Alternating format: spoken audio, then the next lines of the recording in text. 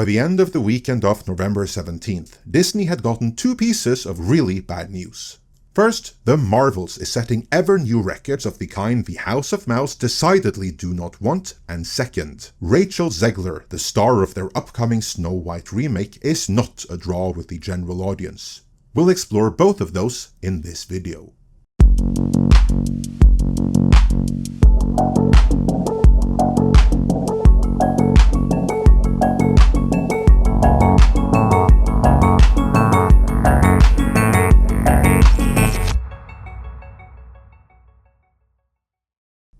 This video is sponsored by Surfshark. While the opening weekend box office indicates the strength of a brand, or in the case of a brand new property, how successful the marketing campaign was, it's the second weekend box office which indicates what the audience felt about the movie itself, because word of mouth has had a week to spread. At this point, reviews no longer matter. If the audience responds to it, it'll have staying power, and if they don't, the movie is going to start losing screens fast. Unfortunately for Disney, the latter is the case with The Marvels, a movie which was torpedoed by Rachel Zegler's Hunger Games prequel, even though that too underperformed. In this editorial, I will begin with the full range of how bad The Marvels performed, why the Hunger Games prequel spells bad news for Disney as well, and finally, what lessons should be learned from this, and Disney really needs to learn the right lessons here, because as it is, they are cratering. It's not just that Guardians of the Galaxy aside, every movie they've released this year was a flop. Their brand has been damaged with families, meaning parks attendance is down, to say nothing of Disney+, the home of flops like Star Wars Ahsoka and Marvel's Secret Invasion. This year alone, millions have cancelled their Disney Plus subscription. If that's you though, then we urge you, please don't take to the high seas to keep up with the most recent Marvel or Star Wars content, as neither Midnight's Edge nor our sponsors condone piracy. Not only is it wrong, you would be exposing yourself to endless spyware, tracking software and other malware out there on the high seas, and that's on top of all the data that could be stolen from you during all of your regular browsing and sold to third parties. Have you noticed all the spam and scam mails you're getting? Well, they got your email from those third parties, that's how that happens. There's a fix for all of that though. To protect yourself, you need to protect your data, and a good way of doing that is through a VPN, such as the one delivered by this channel sponsored Surfshark. A VPN, or Virtual Private Network, is a privacy protection tool which guarantees instant online safety and encrypts all data sent via the internet, thereby protecting your data and you. But there's more. Surfshark allows you to bypass geo-blocking restrictions by changing the country you access the internet from, which gives some great advantages when it comes to streaming. For instance, you can access 15 different Netflix libraries, all with a different selection of movies and TV series, simply by changing your virtual location. Which is easy, because Surfshark has over 3,200 servers in more than 100 countries around the world. Outside of the US, Star, the international version of Hulu, comes bundled with Disney+. If you're in the US and change your location to, say, the UK, well then you just might get that too. That's pretty good, but it gets even better. If you type in the code MIDNIGHT when ordering, that triggers an exclusive Black Friday offer of up to 6 months for free. Just head on over to surfshark.deals/midnight to order, link is in the description. Furthermore, Surfshark also offers a 30-day money-back guarantee, so there's no risk in trying it out. Thanks to Surfshark for sponsoring this video, and with that, let's return to the Marvels box office, which is anything but marvelous.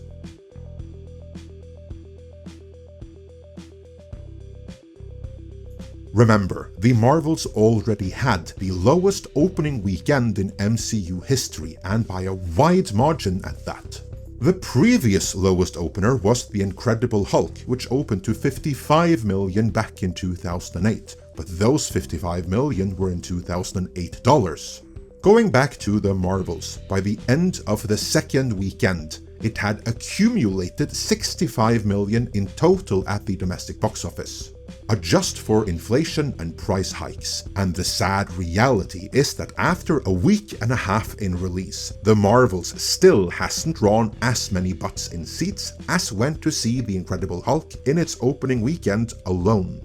This is the end result of the strategy that Kevin Feige and Victoria Alonso borrowed from Kathleen Kennedy and applied to the MCU. Put a chick in it, make her gay! Shocking, I know, but it would appear that is not how you grow male-driven franchises. And it's also not how you turn a male-driven franchise into a female-driven franchise for that matter. Because the one customer group that shunned the Marvels more than any other was and continues to be the female audience. The very audience this movie was made for, explicitly so that they may see themselves on screen. The Hollywood trades were all in on this direction too, but now that their diversity, equity and inclusion drive has been so soundly rejected by the audience worldwide, they're a bit embarrassed, so they've mostly stopped writing about just how badly the Marvels is doing. We've got no such qualms though.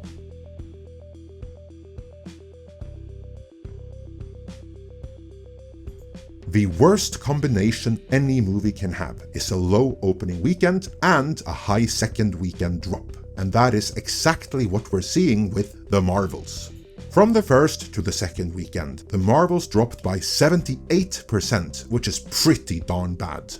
Technically, other movies have dropped worse of course. As we can see from this ranking at Box Office Mojo, the worst second weekend drop in history is the 2017 flick Collide, which dropped 88%.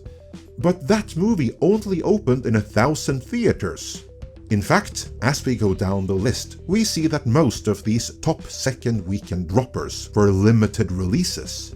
By contrast, The Marvels opened in more than 4,000 theaters, and of movies opening in more than 4,000 theaters, The Marvels just displaced Morbius for biggest second weekend drop in history. I got a problem. So that's a new record right there. What makes this even worse is that while Disney fully expected to be outgrossed by their Snow White, Rachel Zegler's Hunger Games prequel this weekend, that movie also didn't perform as expected.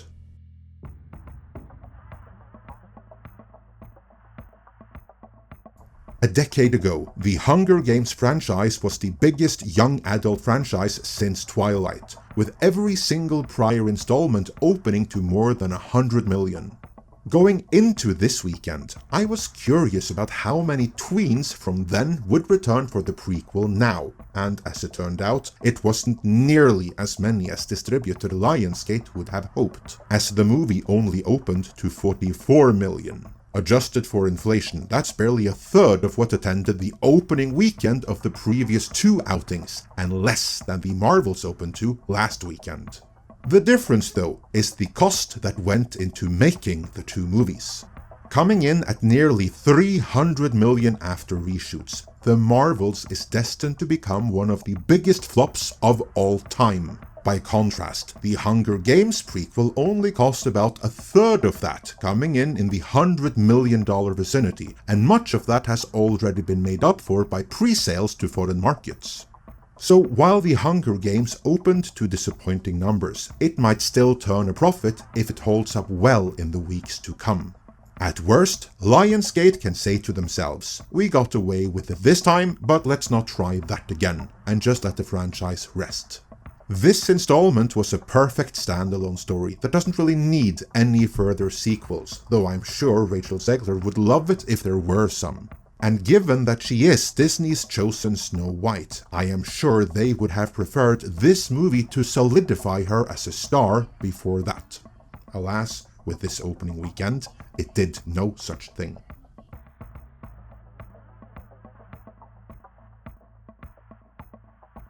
Lionsgate are in the position where they can wait and see how the Hunger Game performs in the upcoming weeks, as that might actually have legs. I would not be surprised if it overtakes the Marvels at the box office sooner rather than later, and if it really legs out, another movie may be on the cards, though I would not put money on that. The Marvels, however, is finished, and it's finished worldwide. The audience rejection is total, and Disney and Marvel need to take that very seriously. There are already some indications that they are pivoting, but the question remains, will they be able to pivot hard enough? My concern here is that Marvel's path towards destruction begun when Kevin Feige was promoted to the head of Marvel Studios and all systems keeping him in check were removed. That's when he, spurred on by Victoria Alonso and enabled by Bob Iger, became Kathleen Kennedy 2.0. If you're still among those saying, "In Feige we trust," it is high time to start questioning that, because he's the architect behind Marvel's fall. So, do you think that he now will be able to fix the damage that he himself created? Let me know in the comments, and before you go, remember that to help protect your data and bypass quarrelsome geo-blocking restrictions, you should get Surfshark VPN. Get an exclusive Surfshark Black Friday deal by entering promo code MIDNIGHT to get up to 6 additional months for free at surfshark.deals/midnight. Link is in the description.